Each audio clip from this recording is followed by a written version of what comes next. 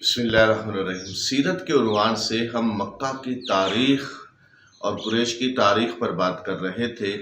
کیونکہ نبی اکرم صلی اللہ علیہ وسلم جس شہر میں جس خاندان میں پیدا ہوئے، مختصر سا اس کا تعارف بھی ضروری ہے۔ مکہ کے دو مشہور شخصیات تھیں، جناب مطلب اور جناب ہاشم، سکے بھائی تھے۔ جناب ہاشم تجارت کی غرض سے پہلے یثرب شہر گئے، جس کو آج ہم مدینہ النبی کے نام سے، مدینہ کے نام سے، مدینہ منورہ کے نام سے یاد کرتے ہیں، اور وہاں سے آپ شام کو جانا تھا آپ نے، لیکن آپ نے وہاں کچھ ماہ قیام کیا ہے، وہاں پہ آپ نے شادی بھی کی ہے، اور وہاں سے پھر آپ ملک شام چلے گئے اور وہیں آپ کا وصال ہو گیا۔ تو بعد میں جناب مطلب کو یہ پتہ چلا کہ میرا بھائی جو تھا ہاشم، وہ یثرب میں اس نے شادی کی تھی اور اس میں سے ایک بچہ بھی پیدا ہوا ہے، اور وہ اب کچھ بڑا ہو چکا ہے، تو مجھے اپنے بھائی کے بچے کو واپس لانا چاہیے مکہ شہر میں۔ وہ یثرب پہنچے ہیں اور وہاں دیکھا کہ ان کے بھائی کا بیٹا جو ہے اس کا نام شیبہ تھا، والدہ نے ان کا نام شیبہ رکھا تھا، کیونکہ بچپن میں ہی اس کے سر کے بال سفید تھے، اور شیبہ عربی میں بوڑھے کو کہتے، تو اس مناسبت سے ان کا نام شیبہ رکھ دیا۔ تو اپنی بھابھی محترمہ سے جناب شیبہ کی والدہ سے کہا کہ میرے اس بھتیجے کو آپ بھیج دیں، میں اس کو ساتھ لے جاتا ہوں، اور وہاں پر اس کے خاندان کو اقتدار حاصل ہے، عزت و شرف حاصل ہے، یہ بھی وہاں پر عزت و شرف پائے گا۔ تو والدہ اس طرح سے مان گئی کہ ٹھیک ہے، بیٹا اپنے باپ دادا کے جاہ و جلال اور منصب کو جا کر سنبھالے گا، عزت اور شرف وہاں پر پائے گا۔ تو جناب مطلب شیبہ کو لے کر جب مکہ پہنچے، تو وہاں تک تو یہ ہستی شیبہ تھی، لیکن جب مکہ پہنچے تو لوگوں نے سمجھا کہ یہ بچہ نوجوان لڑکا جو ہے، یہ جناب مطلب خرید کر لا رہے ہیں، ان کا غلام ہے۔ ان کو لفظ عبد کہا، عبد غلام کو کہتے ہیں، اور مطلب عبد المطلب، مطلب کا غلام۔ تو یہی جناب عبد المطلب جو تھے، یہ نبی اکرم صلی اللہ علیہ وسلم کے دادا محترم بعد میں بنے، اور نبی اکرم صلی اللہ علیہ وسلم انہی کی پشت میں سے ہیں، ان کے جو بیٹے سیدنا عبداللہ تھے ان کی اولاد میں سے ہیں۔ تو جناب مطلب جب جناب شیبہ کو مکہ لائے، کل کو وہ اللہ کے فضل سے سردار بن گئے، اللہ کی کرنی ایسے ہوئی، تو ان کو خواب آیا، ان کو وہ جگہ دکھائی گئی خواب کے اندر جو بنو خزاع سے جب بنو جرہم نے کعبہ دوبارہ واپس لیا، کعبے کا کنٹرول واپس لیا، تو بنو خزاع مکہ سے نکلتے ہوئے انہوں نے زمزم کے کنویں کو بند کر دیا تھا، تلواریں اور مختلف چیزیں پھینک کر، اوپر مٹی پھینک کر کنویں کو بند کر دیا تھا۔ تو یہ ایک لمبا عرصہ کنواں جو ہے زمزم والا یہ بند رہا۔ تو آپ کو جناب عبد المطلب کو خواب میں دکھایا گیا کہ فلاں مقام پر کنواں ہے، آپ اس کو کھودو۔ انہوں نے جب کھودنا شروع کیا تو عجیب معاملہ پیش آیا، مکے کے لوگ مزاحم ہوئے کہ یہ آپ کیا کر رہے ہیں، ہم آپ کو کرنے نہیں دیں گے، یہ وہ بحث و تکرار ہوئی،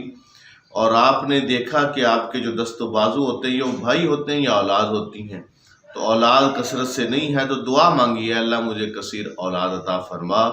تاکہ وہ میرے دست بازو بنے، تو میں ایک بچے کو منت مانتا ہوں کہ تیرے نام پر ذبح کروں گا۔ کہا جاتا ہے کہ جناب عبد المطلب کے 10 بیٹے، کہیں 11 اور 13 کی تعداد بھی آتی ہے، پیدا ہوئے، اور جب ان کو یہ منت کا معاملہ آیا کہ اب مجھے وہ منت پوری کرنی ہے، تو منت کا جب معاملہ آیا تو ان بیٹوں کے نام کا قرعہ ڈالا گیا کہ کس بیٹے کا نام قربانی کے لیے، منت کو پورا کرنے کے لیے نکلتا ہے، تو قرعہ جناب عبداللہ کے نام کا نکلتا تھا، اور بار بار ڈالنے سے بھی جناب عبداللہ کا نام آیا، اور جناب عبداللہ کا جو ننیال تھا وہ مزاحم ہوا، جناب عبد المطلب کی جو باقی اعزاء و اقارب تھے وہ مزاحم ہوئے کہ آپ اس طرح سے ان کو ذبح نہ کریں، اور ان کی جگہ پر آپ فدیہ دے دیں، خون بہا دے دیں اللہ کے حضور۔ تو قحافہ شناسوں سے اور باقی لوگوں سے مشورہ ہوا کہ کس طرح سے پھر کیا جائے، تو تیر ڈالے جاتے تھے اونٹ کے نام کے، 10 اونٹ پہلے، پھر 20 اونٹ، پھر بھی جب تیر ڈالے جاتے اور پورا ڈال جاتا تو جناب عبداللہ کا نام ہی نکلتا۔ کرتے کرتے 100 اونٹ کی تعداد جب پہنچی تو پھر قرا جو ہے وہ 100 اونٹ کا نکلا، گویا کہ ایک انسان کے بدلے میں 100 اونٹ خون بہا۔ اور جناب عبد المطلب کے دور سے یہ ایک قسم کی رسم بھی پڑ گئی کہ ایک انسان کا خون بہا جو ہے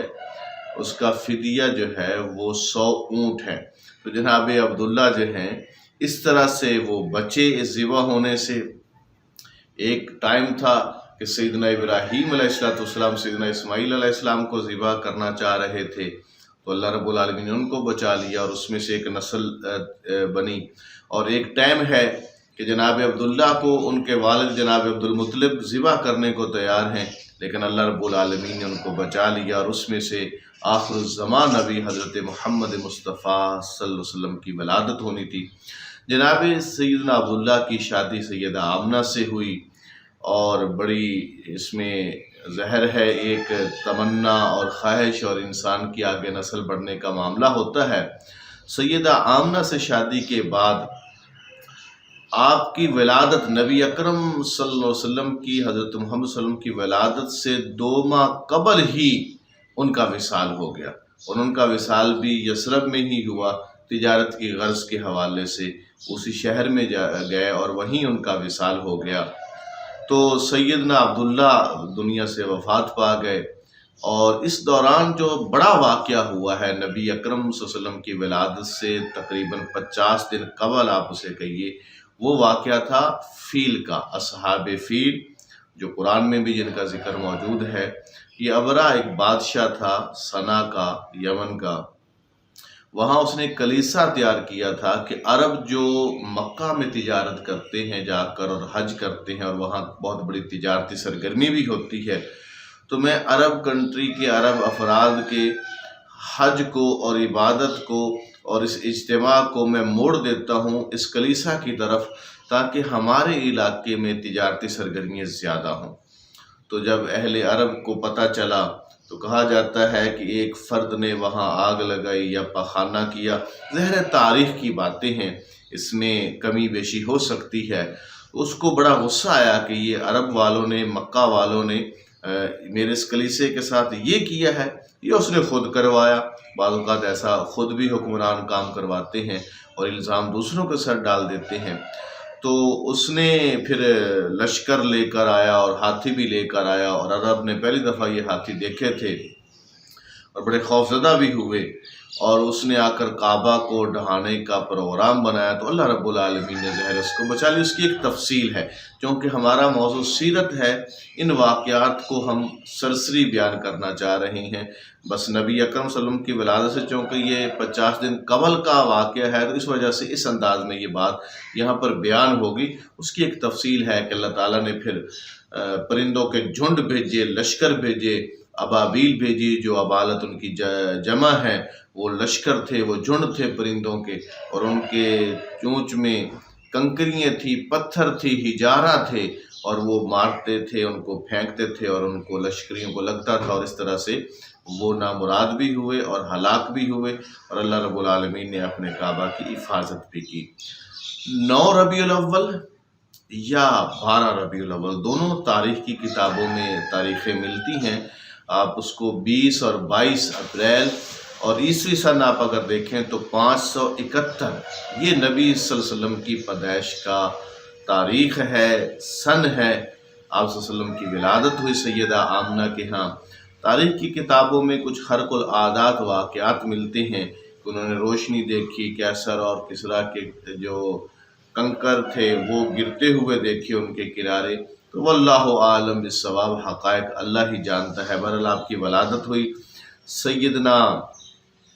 عبد المطلب کو پتہ چلا، وہ بڑے خوش ہوئے، فرحاں ہوئے، اور خوشی کے ساتھ وہ تشریف لائے۔ اپنے اس پوتے کو انہوں نے، جناب عبد المطلب نے اٹھایا، کعبہ لے گیا اور نام رکھا محمد صلی اللہ علیہ وسلم۔ یہ نام جناب سیدنا عبد المطلب نے رکھا۔ پہلا دودھ والدہ نے پلایا، دوسرا دودھ جو ابو لہب کی لونڈی جناب صوبیہ تھی انہوں نے پلایا، بلکہ صوبیہ جب ابو لہب کو یہ خبر دینے گئی کہ آپ کا بھائی جو عبداللہ اس کے ہاں بیٹا پیدا ہوا ہے، تو اس نے ان خوشی میں آزاد بھی کر دیا صوبیہ کو۔ صوبیہ اسی کی لونڈی تھی، اور جناب سیدہ صوبیہ جو ہے انہوں نے نبی صلی اللہ علیہ وسلم کو دودھ پلایا، اور انہی خاتون نے سیدنا حمزہ کو جو نبی صلی اللہ علیہ وسلم کے چچا تھے ان کو بھی دودھ پلایا۔ تو ایک طرح سے وہ سیدنا حمزہ آپ کے چچا بھی تھے اور آپ کے رضائی بھائی بھی بن گئے۔ تو اس کے بعد وہ جس طرح عرب کا ایک دستور ہے، عرب کا ایک قانون تھا کہ عرب شہروں سے، بڑے شہروں سے باہر دائیں آتی تھی، دودھ پلانے والی خواتین آتی تھی اور وہاں بھیج دیتے تھے۔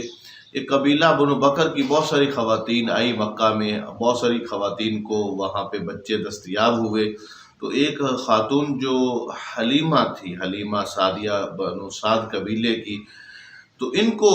بچہ نہیں مل رہا تھا۔ ابو زویب کی یہ بیٹی تھی، ان کو بچہ نہیں مل رہا تھا، اور جب محمد صلی اللہ علیہ وسلم کے بارے میں ان کو پتہ چلا تو یہ تھوڑا سا متذبذب بھی ہوئیں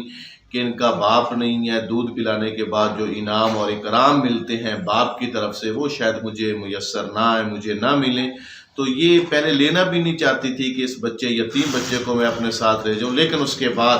پھر یہ خود جو ہے جب اور کوئی بچہ ان کو نہیں میسر آیا تو یہ مجبوراً انہی بچے کو لینے میں مجبور ہو گئی۔ پھر ان کا بیان یہ ہے کہ ہمارے علاقے میں قحط بھی بہت تھا، جس کی وجہ سے میں خود بھی انتہائی کمزور تھی، جو میرا بچہ شیرخوار تھا وہ اس کو بھی دودھ پورا میسر نہیں آتا تھا، اور ہمارے جانور بھی اور ہماری بکریاں بھی۔ لیکن جب حضرت محمد مصطفیٰ صلی اللہ علیہ وسلم میری گود میں آئے تو برکتیں انہوں نے بہت ساری بیان کی ہیں جو تاریخ کی کتابوں میں آتی ہیں کہ میرے سینے سے بھی دودھ جو ہے وہ فراوانی سے رواں ہو گیا، میرا بچہ جو تھا شیرخوار اس نے بھی خوب پیا، میری بچی نے جو شیمہ ان کا نام بتایا جاتا ہے، جو ان کی حلیمہ سعدیہ کی بیٹی تھی، تو اس نے بھی خوب پیا،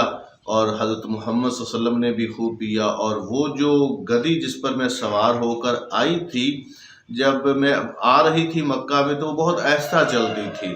لیکن جب میں اب اس ہستی کو، اس بچے کو لے کر جا رہی ہوں تو میں سب سے آگے تھی، اور خواتین جو میرے ساتھ آئی تھی باقی قافلے وہ سب حیران تھے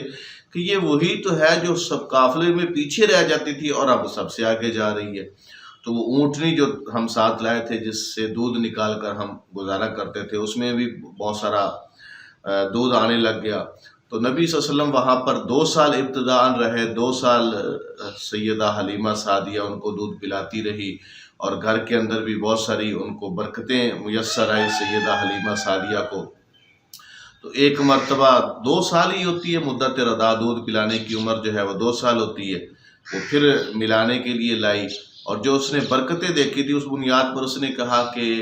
سیدہ آمنہ سے گزارش کی کہ اگر آپ اجازت دے تو میں 2 سال مزید رکھنا چاہتی ہوں تاکہ یہ اور مزید تندرست و توانا ہو جائیں۔ تو پھر وہ واپس لے گئی، 2 سال مزید اس نے اپنے پاس سیدہ حلیمہ نے رکھا، یعنی 4 سال کی عمر تک نبی صلی اللہ علیہ وسلم جو ہے وہ سیدہ حلیمہ کے پاس وہاں پر رہے، قبیلہ بنو سعد کے اندر، قبیلہ کے اندر رہے، اور وہاں بکریاں چرانے کا ذکر بھی آتا ہے، اور بکریاں جو تھی وہ اللہ رب العالمین جہاں جاتی تھی بکریاں وہاں سبزہ ہوتا تھا، اور بکریوں کو دودھ زیادہ میسر آتا تھا بنسبت قبیلے کے باقی لوگ۔ وہ کہا کرتے تھے کہ جہاں یہ حلیمہ کی بکریاں چرنی جاتی ہیں تم لوگ بھی اپنی بکریوں کو وہاں ہی لے جایا کرو۔ لیکن بہرحال یہ برکتیں تھی نبی صلی اللہ علیہ وسلم کی۔ 4 سال کی عمر میں دیکھا گیا کہ ایک فرشتہ آیا ہے، اس نے نبی صلی اللہ علیہ وسلم کو لٹا دیا ہے ایک انسان نے، اور آپ کے قلب کو چاک کیا ہے، آپ کے دل کو نکال کر دھویا ہے۔ تو یہ بڑا خوفزدہ ایک منظر تھا جو وہاں دیکھ رہے تھے۔ انہوں نے آ کر سیدہ حلیمہ سعدیہ کو بتایا، اور حلیمہ سعدیہ بھی اس سے بڑی پریشان ہوئی، اور اس بنیاد پر پھر نبی صلی اللہ علیہ وسلم کو انہوں نے سوچا کہ اب مجھے واپس کر دینا چاہیے۔ ان کی والدہ کے ساتھ پتہ نہیں یہ کس طرح کے واقعات ہونا شروع ہو گئے ہیں، وہ تو اللہ کی طرف سے واقعہ تھا، اور اللہ رب العالمین نے بھیجا تھا فرشتے کو، اور انہوں نے آپ کا سینہ چاک کیا اور آپ کے قلب مبارک کو۔ یہ تاریخ کی بات ہے، اللہ اس پر قادر بھی ہے،